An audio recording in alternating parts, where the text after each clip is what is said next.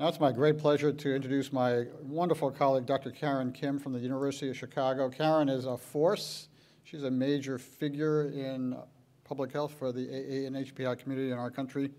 She's Vice Provost for Research and Chief Scientific Officer at the University of Chicago. Also is a Professor of Medicine, Associate Director of the Cancer Center, and Director of the Center for Asian Health Equity. Karen has so many efforts ongoing and has tremendous responsibilities, but is so universally respected for her dedication and her generosity. So please welcome Dr. Karen Kim.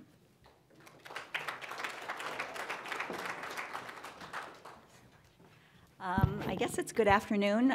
First of all, I'd like to really thank Dr. Ko. He is really the reason I'm here because he introduced me to Dr. Huang. I want to thank Dr. Rob Huang as well, and CARE, and I'm so excited for all that you're doing on this campus.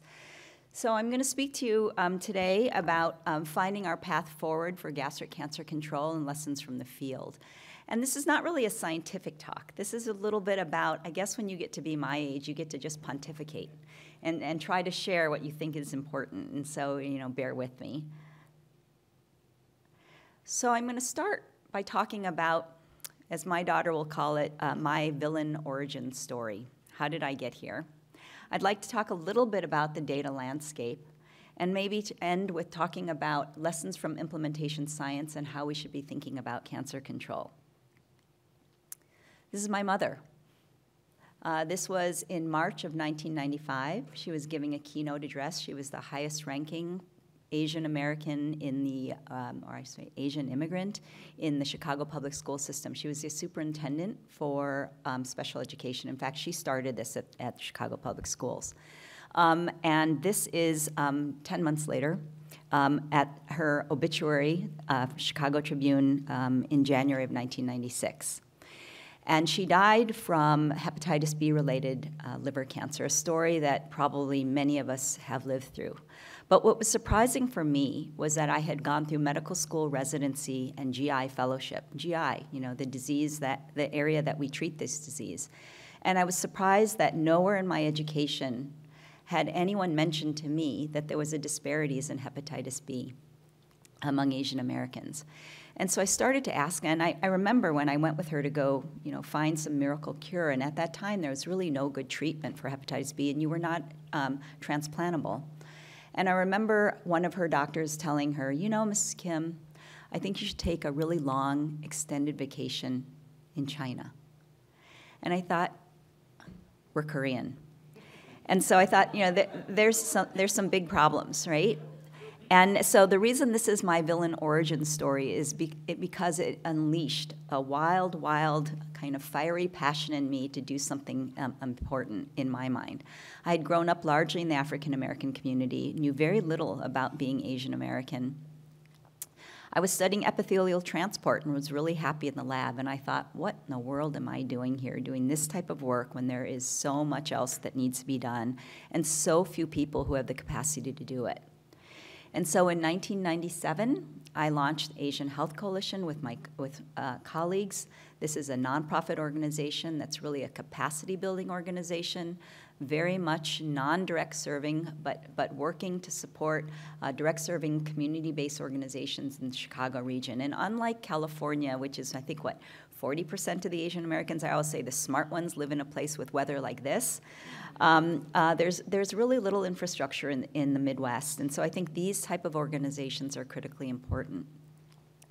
And to address that interesting comment from that physician, I decided that cultural competency was the way to go, and so I started the cultural competency program for the state of Illinois, and we trained thousands of people, a lot of providers, hoping that no other family would have to be told to go to a country that they don't belong to while they were dying.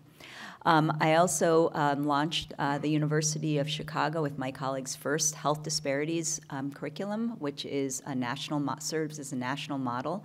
And actually, when I was working with my colleagues to put this together, I told them I wanted to talk about Asian health disparities. And they were really curious why this would be important, because they had not even thought about disparities. And these are people who do health disparities research.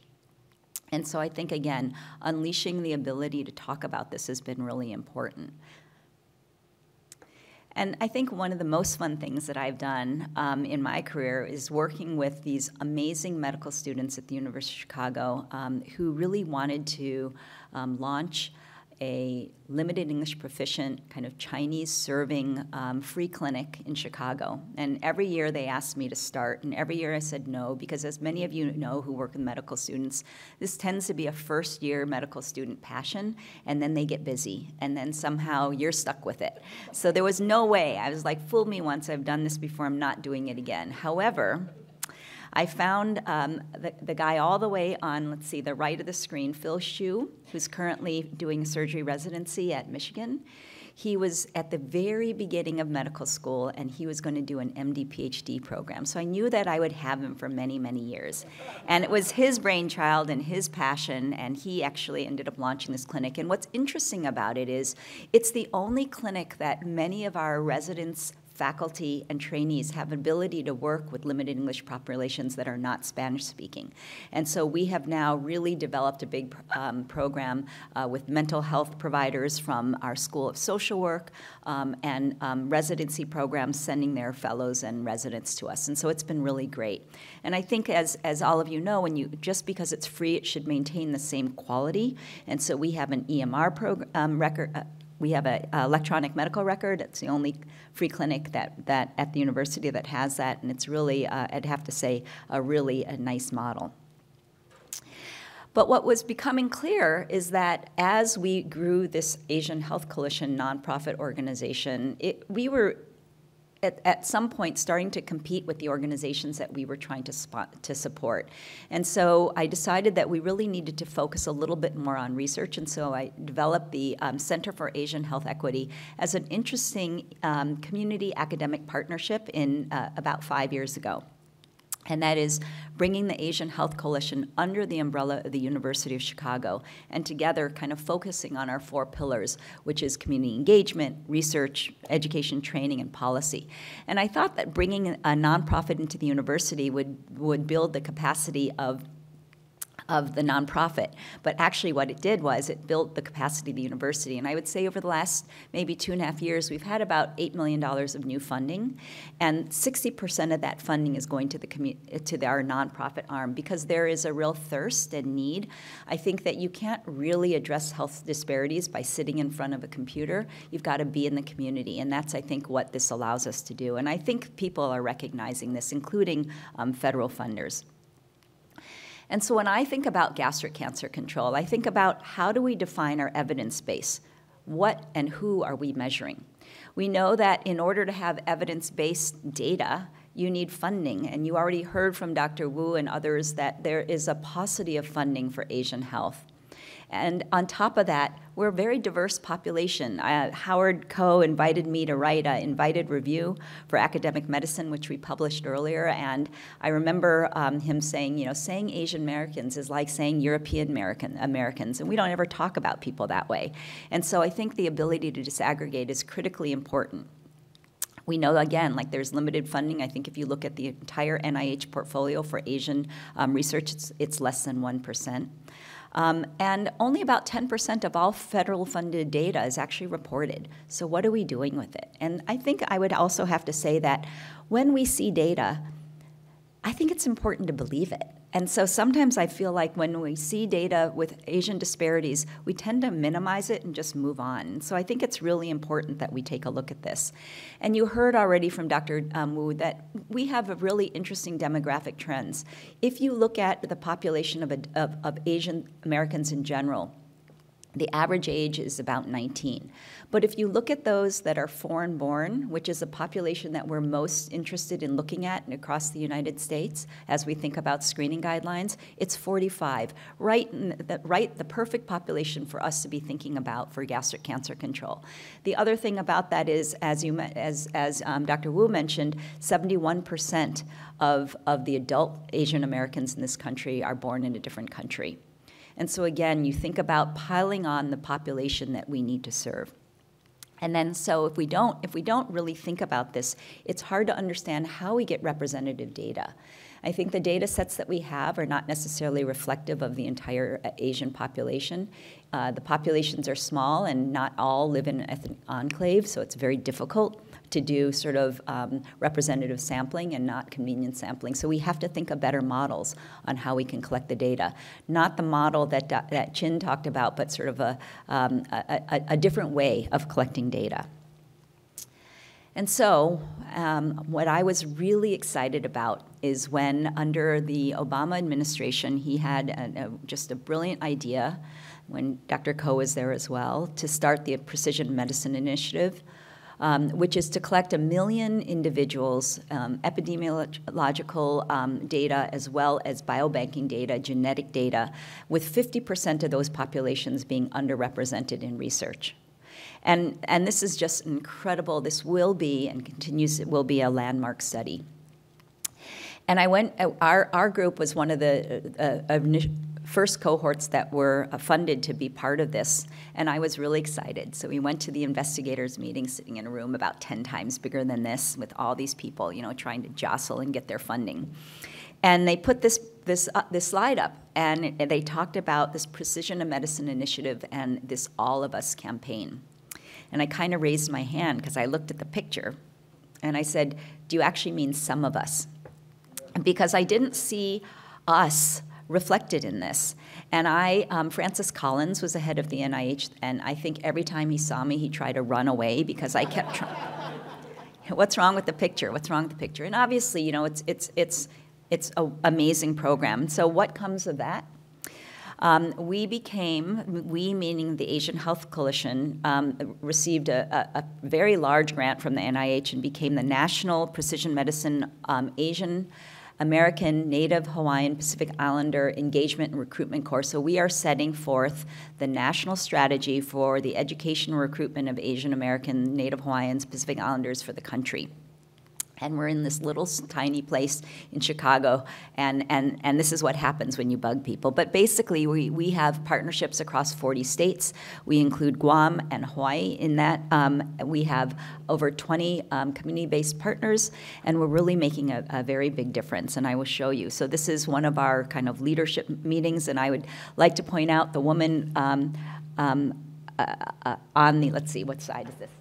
On the left, in front on the left, Vanessa Randall is my partner in crime, and she's actually leading this initiative and she's amazing. So what is the impact of this? So this is looking at enrollment numbers from July 2018 to October 2022. Obviously, there was a lag during the pandemic, and so you can see here when we got involved with the little yellow arrow, and we are now up to over 16,000, still not where we should be, but I think it's a large part because the only languages that you could recruit from were English and Spanish, and I think now we're looking at Asian languages as well, but it's with a lot of, you know, kind of pushing the NIH, who have been very responsive. But we recently looked at the data of these 16,000 people, and what we found is that they're much younger, they have very high health literacy, or literacy in general, and higher SES than we would expect across an Asian cohort. And so I think we still need work to do to make sure that this cohort that we want to study and inform for precision medicine really represents the populations. And what we have done in Chicago is we worked with community-based organizations. So 6 community-based organizations in Chicago, we realized, serve 40% of the Asian immigrant populations in the state. And so should we be creating our own data commons, and should we use this as a model to collect a lot of the very robust data that community-based organizations are using, and how do we empower them to contribute to the answer? But the NIH has really been doing a fabulous job recently, and actually always, but recently they've really stepped it up and have been very responsive to many people sitting in this room who have been a constant voice about what about us. And so in March of 2021, they held a workshop that was called Identifying Research Opportunities for Asian American, Native Hawaiian, and Pacific Islander Health. And from that identified some really key opportunities to help kind of reduce some of the disparities and think about Asian research. And in July 2022, they launched a cohort study, RFA, called the New Epidemiological Cohort Study among Asian American, Native Hawaiian, Pacific Islanders. And they want to recruit 10,000 individuals across the country with biobanking and survey, and they want to make sure that this is a very community-engaged process. So I'm hopeful, while 10,000 isn't a lot, it's better than 0. And so I think I'm really hopeful that we're moving all together in the right direction. So I want to pivot now and talk a little bit about some lessons from colorectal cancer. There are actually quite a lot of similarities, and one is the age group that we're thinking about. When you think about gastric cancer screening and you think about colorectal cancer screening, so 45 to 50 to begin that screening. The demographics, these are both diseases that kind of disproportionately impact poorer outcomes if you're a racial ethnic minority population. So gastric cancer, obviously we know, is disproportionately found among people of color, and mortality rates for colorectal cancer screening and uptake is disproportionately lower also across the racial ethnic minority populations. There's a pre-malignant, I think, window, and so it gives us time to sort of jump in and make a difference. And I think both of these are going to be challenged by really linkage to care. So if you start off screening in a primary care clinic, you need to link to follow up, whether it's stool-based screening, whether you're looking at H. pylori, when you're looking at pepsinogen. I think the end result is that you're going to have to get an endoscopy. And so I think what's really important is we know that just getting an endoscopy or colonoscopy is not enough, but you need to think about quality. We saw that with mammography. We're probably seeing that with colon cancer, and definitely listening to someone earlier today talked about how challenging it can be to find kind of evidence of early gastric cancer. And so I'm going to talk a little bit about my experience with colorectal cancer research, because that's sort of where I spend most of my time. And I want to look at this through kind of the lens of implementation science. This is from Harvard Catalyst Review, and what it looks at is real-world prevalence over time. And you can see that there's many different ways that we think about research. There's efficacy studies, there's effectiveness research, and then at the end is implementation science. And I'm going to argue that we ought to be thinking about implementation science right now, because I think there's no doubt that gastric cancer guidelines and policies are coming. And so what is implementation science? It's how you take what we already know, evidence-based practice, and get it to work. Get it to work in the clinic and to improve population health. And I think it's science that really takes you out of the lab, out of the offices and into the field, which really allows you to understand what works and what doesn't work. And we know with colon cancer that despite having evidence-based guidelines, despite having good data that shows that screening works, uptake, particularly among federally qualified health centers, is still far below 50%.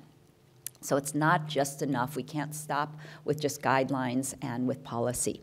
And so I'm going to talk a little bit about some of the data that I have put together from our NCI-funded Cancer Moonshot Initiative. This is through something called Accelerating Colorectal Cancer Screening and Follow-up through Implementation Science. And I think that there's some lessons to be learned here. First of all, I'm going to look at this study is a very large study working in 4 federally qualified health centers in the Chicagoland region across 188,000 lives, and it's a pragmatic trial, looking at multi-level, multimodal, evidence-based interventions to increase screening through the lens of implementation science. So a very large study. And we've looked at the level of the provider. So we know without a doubt that having a provider tell a patient that they need to be screened is probably the #1 predictor of them getting screened. So we looked at this, and so one of the areas that we looked at is, can we increase providers to have their patients get screened? And so, we put in provider prompts, we did all of the kind of evidence-based tools, and none of them worked. But what we did find was that when we tell providers to increase their screening rate, they order more screening. but which you can see on that kind of top blue line. But there's a huge divide between providers ordering and actually completion of screening. And so we know that providers obviously are not enough. And as we think about gastric cancer control, I know Dr. Huang earlier said that, that even Asian providers don't know what the guidelines are for screening. And even when they do know the guidelines, as in the case for colorectal cancer screening, they might have increased order rates for screening, but it may not translate at the population into increased screening. So we need to do more. So we've also looked at what about patient reminders, and without a doubt, this has been in some ways golden ticket. It's a no-brainer that we know that when we have used short messaging systems in both Asian languages, in Spanish and in English, we have seen a very large uptake in screening. And that is, you give someone a stool-based screening, or you tell them to have a colonoscopy, and you nag them. You remind them to do it, and you remind it in their language, right? And you do it repetitively until they get this done. And we've had really great success within our FQHC partners in getting screening accomplished that way. But I want to just turn to one last thing, which I think is going to be very important as we think about gastric cancer control. And that is the capacity to do this work. And so this is a map of where we have capacity for colonoscopies in Chicago. And Chicago is kind of where the highest density of all the dots are. And those dots represent, those kind of maroon dots are GI clinics. The big blue dots or circles are specialty centers. And then the little other dots are like FQHCs or FQHC lookalikes. And the reason that I think this is important is despite having a huge number of resources within this small geographic region in Chicago, the mortality rate and incidence rate for colon cancer far exceeds collar counties that have less. And so there's this problem with fragmentation that's really that's inhibiting us to be able to be successful. And I see this problem potentially happening with gastric cancer as well, that do we have the capacity to do this work? And I would have to say that looking at the data, we have the capacity. What the problem is we have a fragmented system, and particularly among FQHCs that don't have interoperability with specialty services, you might as well be in a different country.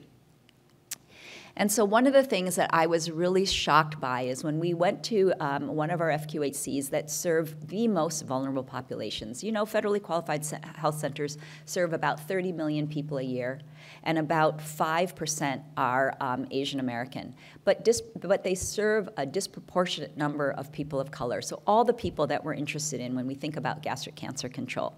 And I was really surprised at more than one place that the faculty there, or the providers there, told me they were really happy when their patients refused colorectal cancer screening. And I was really surprised to hear that. It just didn't make any sense to me. I was very angry. And so I had to probe a little further. And they said, we in Chicago have one big safety net system. And it takes about 18 months to 24 months for somebody who has anemia and is bleeding to have a diagnostic colonoscopy. And that's because there's just a backlog of resources. And so what they thought was, it's better not to know than to know and not be able to do anything about it. And yet, right next door, they have all these specialty hospitals, but they're waiting in line to try to get this done. And so what my team realized is that we can't, what are we doing? Why are we continuing to tell people to screen unless we have a solution? And this is where implementation science comes in. And so we worked with the front-end staff, we worked with the nurses, we worked with the providers, and we thought we really have to fix this problem. And so we created something called a SaaS, which is software as a service.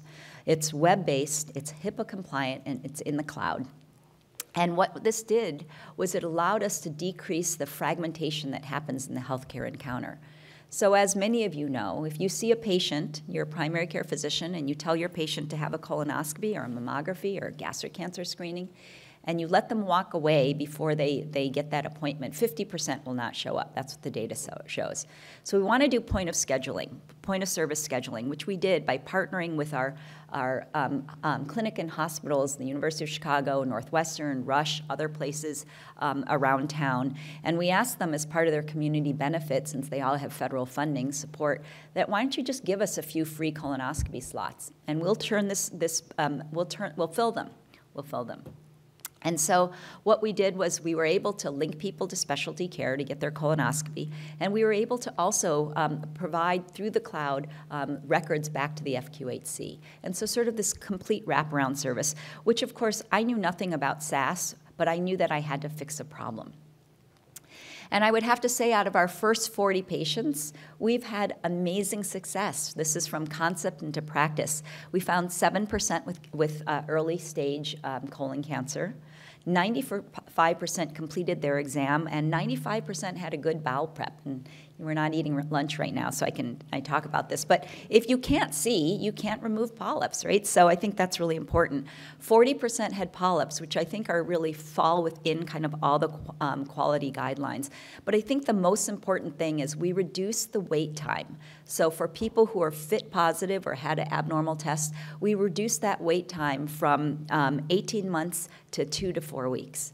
And so I think we were really making a very big difference. And I think these are the type of innovations that we need to be thinking about now as we think about gastric cancer control. So my last slide is this. This is a very old slide. This is data from almost 20 years ago. This is the presentation I gave when I first met Dr. Koh. This was a session on gastric cancer risk in Korean Americans, and this was being spearheaded by one of my great colleagues, Moon Chen, who is the head of NCI-funded ANCART program for cancer control in Asian Americans. And while the numbers have changed slightly, what I think about is that it's been 20 years, and I'm still talking about this. And I don't want us to be here 20 years from now. Well, I probably won't be here 20 years from now, but I don't want you to be here 20 years from now and continuing this discussion. We have made great strides together as a community thinking about gastric cancer. We have great data. We will never have perfect data. We have to believe what we already have. We also have to think about the fact that 71% of Asian American adults are foreign-born. And so we need to be able to use data that we're going to hear about later from Korea and from Japan and other countries. Those are our populations. So we are not so unique. We don't need to create everything on our own. I think we should be able to extrapolate from what we are already seeing in other countries and then believe that data. So I want to end with this slide, a quote from Reverend Martin Luther King, who said, our lives begin to end the day we become silent about things that matter. So we matter. Thank you.